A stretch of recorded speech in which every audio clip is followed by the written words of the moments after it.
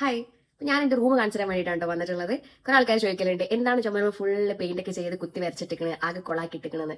Yes, അപ്പൊ ആ കൊളാക്കിയിട്ട് കുത്തി വരച്ചിട്ട സാധനങ്ങൾ കാണിച്ചു തരാൻ വേണ്ടിയിട്ടാണ് ഞാൻ വന്നത്. അപ്പൊ ഞാൻ ആദ്യം എന്റെ ഫേവറേറ്റ് വോളാണ് കാണിച്ചു തരാൻ പോകുന്നത്. കുറെ ചിത്രങ്ങളൊക്കെ വരച്ചു വെച്ചിട്ടുണ്ട്. ഇത് എന്റെ ഫ്രണ്ട് നഫ്ല എനിക്ക് ചെയ്തു തന്നതാണ്, എന്റെ കോളേജ് ഫ്രണ്ട്. ഇത് എനിക്ക് എന്റെ ഫ്രണ്ട് ചെയ്തു തന്നതാണ്, Fathima. To dear Shahma from Fathi എന്നൊക്കെ എഴുതിയിട്ടുണ്ട്.